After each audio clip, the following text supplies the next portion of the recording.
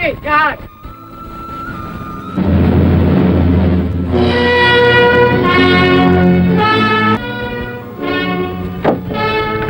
और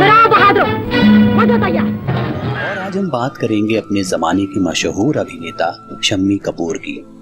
दोस्तों, शम्मी कपूर भारतीय सिनेमा के वो अभिनेता थे जिन्होंने बॉलीवुड अभिनेताओं के डांस करने के चलन की शुरुआत की। अपने परिवार और भाइयों की तरह वो भी कम उम्र में ही फिल्मों में आ गए थे और बेहद सफल भी हुए। शम्मी की जिंदगी से जुड़े कई किस्से खूब मशहूर हैं। एक ऐसा ही किस्सा है उनकी और गीता बाली की शादी से जुड़ा। दीदी खबरदार, जो हमने दीदी कहा, मुझे तुम ऐसा भी दीदी के साथ शर्म आती है। क्या तुम अपनी बहनों की बेइज्जती का सदमा एक ही दिन में भूल गए? क्या तुम्हारे पांव के जख्म एक ही दिन में भर गए? मुझे मालूम न था कि तुम इंतकाम की दुश्मन का खून के बदले शराब से बुझाओगे। दीदी, क्या यही हथियार लेकर मैदान में उतरोगे? क्या इसी तलवार से दुश्मन का गला काटोगे? क्या इसी झाड़ से दुश्मन का वार रोकोगे? हमें माफ करो दीदी, ऐसी गलती फिर कभी ना होगी। हिंदी सिनेमा में कई जोड़ियों का प्रेम किसी अमर प्रेम से कम नहीं था। साथ साथ काम करते करते ना जाने कब 7 जन्मों के बंधन में बंध गए। कम से कम इन जन्मों को निभाया भी। ऐसी ही जोड़ियों में से एक थी शम्मी कपूर और गीता बाली की जोड़ी। डरता है ज़माने की निगाहों से भला क्यों, निगाहों से भला क्यों, डरता है ज़माने की निगाहों से भला क्यों, निगाहों से भला क्यों, इंसाफ तेरे साथ है, इल्जाम उठा ले, इल्जाम उठा ले, अपने पे भरोसा है तो ये दाव लगा ले, लगा ले, दाव लगा ले। इस जोड़ी का मिलन जितना रोचक था, इनकी शादी की कहानी उतनी ही दिलचस्प थी। गीता बाली और शम्मी कपूर की मुलाकात केदार शर्मा की फिल्म रंगीन रातें के सेट पर हुई थी। गीता बाली उन दिनों हिंदी सिनेमा में अपने पैर जमा चुकी थी, जबकि कपूर खानदान से ताल्लुक रखने वाले शम्मी कपूर फिल्में हासिल करने के लिए एड़ियां घिस रहे थे। गीता बाली की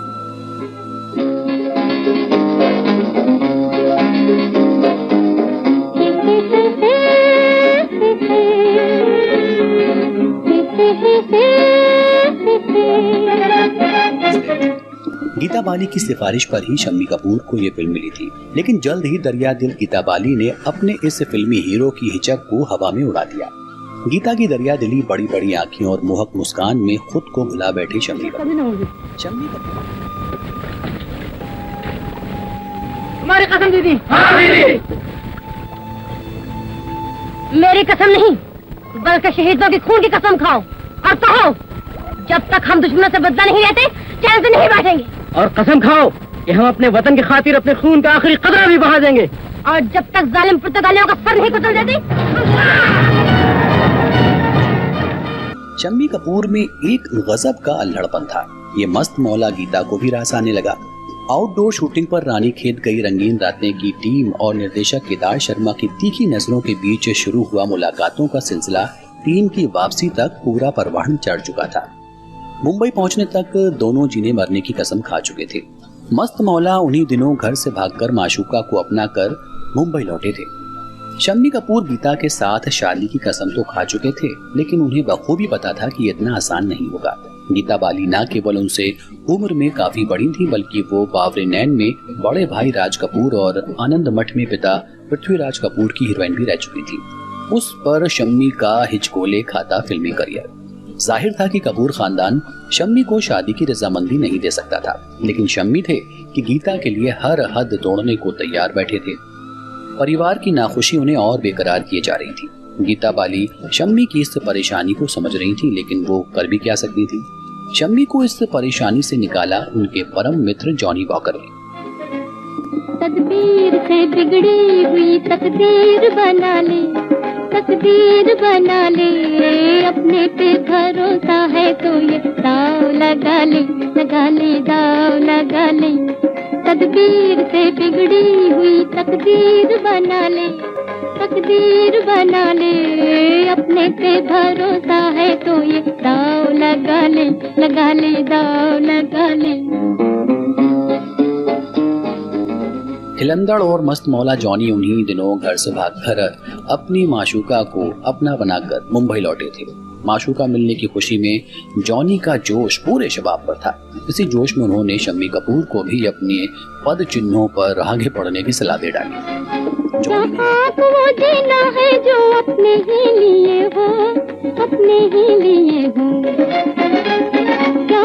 वो जीना है जो अपने ही लिए हो, अपने ही लिए हो। खुद मिट के किसी और को मिटने से बचा ले, मिटने से बचा ले। अपने पे भरोसा है तो ये दाव लगा ले, लगा ले, दाव लगा ले। जॉनी ने न केवल सलाह दी बल्कि शम्मी कपूर में इतना आत्मविश्वास भी भर दिया कि वो कपूर खानदान के खिलाफ बगावत का झंडा बुलंद करने को तैयार हो गए। शम्मी की सलाह हालांकि गीता बाली को तो जमी नहीं, लेकिन अपने प्यार को पाने का और कोई रास्ता नजर भी नहीं आ रहा था। बहरहाल वो तैयार हो गई।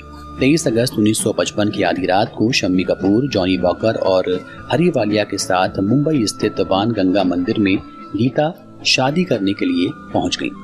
शम्मी कपूर जब मंदिर पहुंचे तो मंदिर के दरवाजे बंद हो चुके थे, इसलिए पुजारी ने उनकी शादी करने से इनकार कर दिया।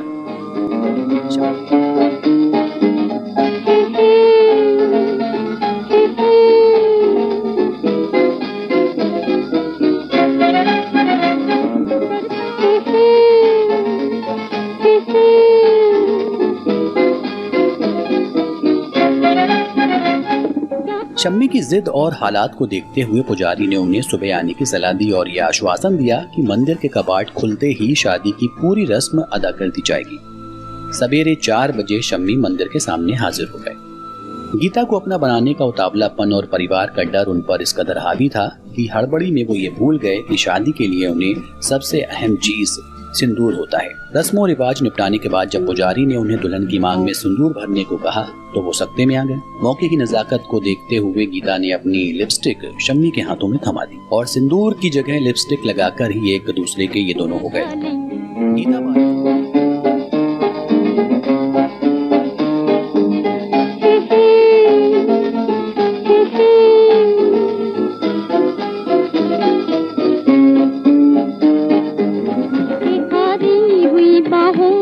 पतवार बना ले, पतवार बना ले। अपने पे भरोसा है तो ये दाव लगा ले, लगा ले, दाव लगा ले।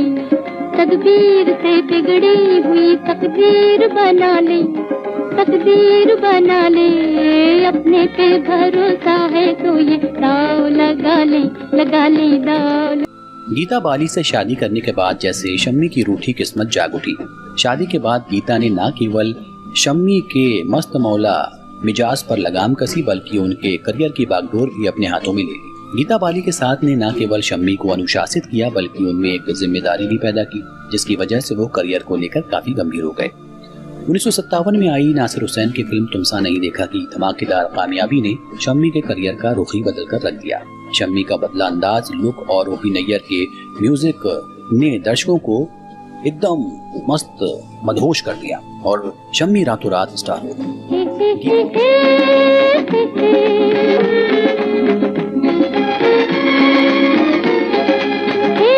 टूटे हुए पतवार है कश्ती के तो हम क्या।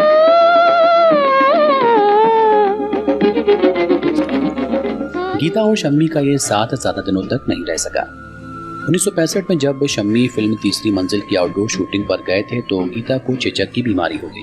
बीमारी मामूली थी लेकिन लाख कोशिशों के बावजूद उन्हें नहीं बचाया जा सका।